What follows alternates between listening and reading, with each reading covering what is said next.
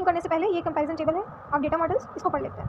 देखो हमारे पास 4 टाइप के डेटा मॉडल्स थे, तो जब भी आएगा व्हाट आर डेटा मॉडल्स तो हमें ये 4 मॉडल्स लिख के बकायदा एक्सप्लेन करना पड़ेगा, ठीक। और फिर भी अगर पेजेस नहीं भरते हैं तो ये टेबल भी बनानी पड़ेगी। तो हायरार्किकल मॉडल जो होता है इसका स्ट्रक्चर होता है ट्री जैसा, लाइक कि उसमें होते हैं लेवल्स, यानी कि सबसे पहले एक बड़ा सा हाई लेवल होगा एंड देन उसके कुछ सब लेवल्स होंगे एंड देन उनके भी कुछ लेवल्स होंगे। तो इस तरह से ट्री की फॉर्म में होता है हायरार्किकल मॉडल, ठीक है। तो ये इसका स्ट्रक्चर होता है ट्री बेस्ड, ओके। इसकी फ्लेक्सिबिलिटी जो है लो होती है क्योंकि इसमें ट्री जैसा स्ट्रक्चर होता है और इसको ट्रैवर्स करना, इससे डेटा फेच करना वो सब फ्लेक्सिबल नहीं होता, बहुत ही ज़्यादा टफ होता है। इसकी रिलेशनशिप होती है 1 to many। ये कैसे? देखो ये एक लेवल है, इसकी जो कम्युनिकेशन है या रिलेशनशिप है वो 2 से है, ओके ना। इसकी अब जो है वो 3 से है, इसकी जो है नेक्स्ट 3 से है, तो यानी एक जो है वो रिलेशन मैनी से बना रहा है, तो 1 to many हो रहा है इसमें, ठीक है। इसकी कॉम्प्लेक्सिटी बहुत ज़्यादा हाई होती है, क्यों? अगेन अगर हमें ये डेटा फेच करना है तो ये डायरेक्टली हम फेच नहीं कर सकते, वाई? क्योंकि इसका रूट इस टाइप से होगा कुछ, ठीक है। इसका रूट होगा कि हम इस तरह से इसको फेच करें, तो सबसे पहले हम इस लेवल पे आएंगे एंड देन इस लेवल पे जाके आगे बढ़ेंगे, इस लेवल पे आएंगे एंड देन इसको पाएंगे। सो यहाँ पे फेच करना, रिट्रीवल करना, चेंजमेंट्स, अपडेशन, ये सब बहुत ही ज़्यादा कॉम्प्लेक्स होता है, ठीक। इसका एग्जाम्पल है IBM एंड IMS, ठीक।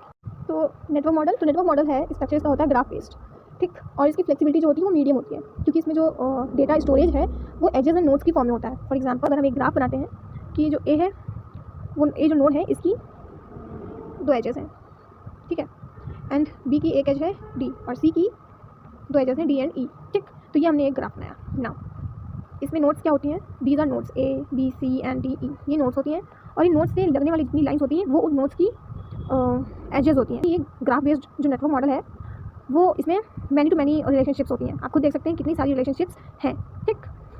इसकी कॉम्प्लेक्सिटी जो है वो हाई होती है, ऑफ कोर्स इतना ज़्यादा कनेक्शन रहता है इसमें, सो एक मैनी टू मैनी रिलेशनशिप है तो इसमें डेटा फेच करना इज ऑल्सो टफ। इसका एग्जांपल है IDS, ठीक है, रिलेशनल मॉडल। रिलेशनल मॉडल में जो डेटा है वो टेबल्स की फॉर्म में स्टोर होता है, यानी कि रोज एंड कॉलम्स होती है उसमें, और यहाँ पे जो कॉम्प्लेक्सिटी है वो मॉडरेट हो जाती है। क्यों? क्योंकि टेबल को हैंडल करना is very easy, rows and columns handle कर ही सकते हैं, ठीक है।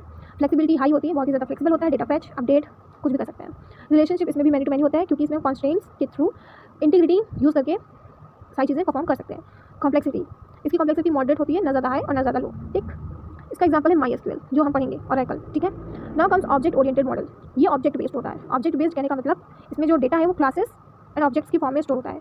मतलब एक क्लास होती है कोई और उसके डिफरेंट ऑब्जेक्ट्स डिफाइन कर दिए जाते हैं और फिर उसमें डेटा भरा जाता है, फिर उसमें कुछ डेटा भरा जाता है, ठीक। इसकी फ्लेक्सिबिलिटी बहुत ही ज़्यादा होती है क्योंकि हम किसी भी डेटा को पॉइंट आउट करना है तो डायरेक्टली पॉइंट आउट कर सकते हैं, रिट्रीव कर सकते हैं, ज़्यादा हमें ट्रावर्सल की जरूरत नहीं पड़ेगी, ठीक। इसमें रिलेशनशिप भी मैनी टू मैनी होती है, यानी इसमें भी पॉसिबल है, integrity is possible in this also.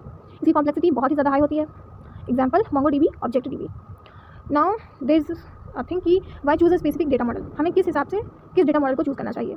तो first one is hierarchical model. ये उन एप्लीकेशंस के लिए बेस्ट होता है जिसका स्ट्रक्चर बहुत ही ज़्यादा फिक्स्ड होता है, जैसे कि फाइल सिस्टम। नेटवर्क मॉडल ये वहाँ यूज़ किया जाता है जहाँ पर डेटा एलिमेंट्स के बीच में जो रिलेशनशिप्स होती हैं वो कॉम्प्लेक्स होती हैं, वहाँ पे हम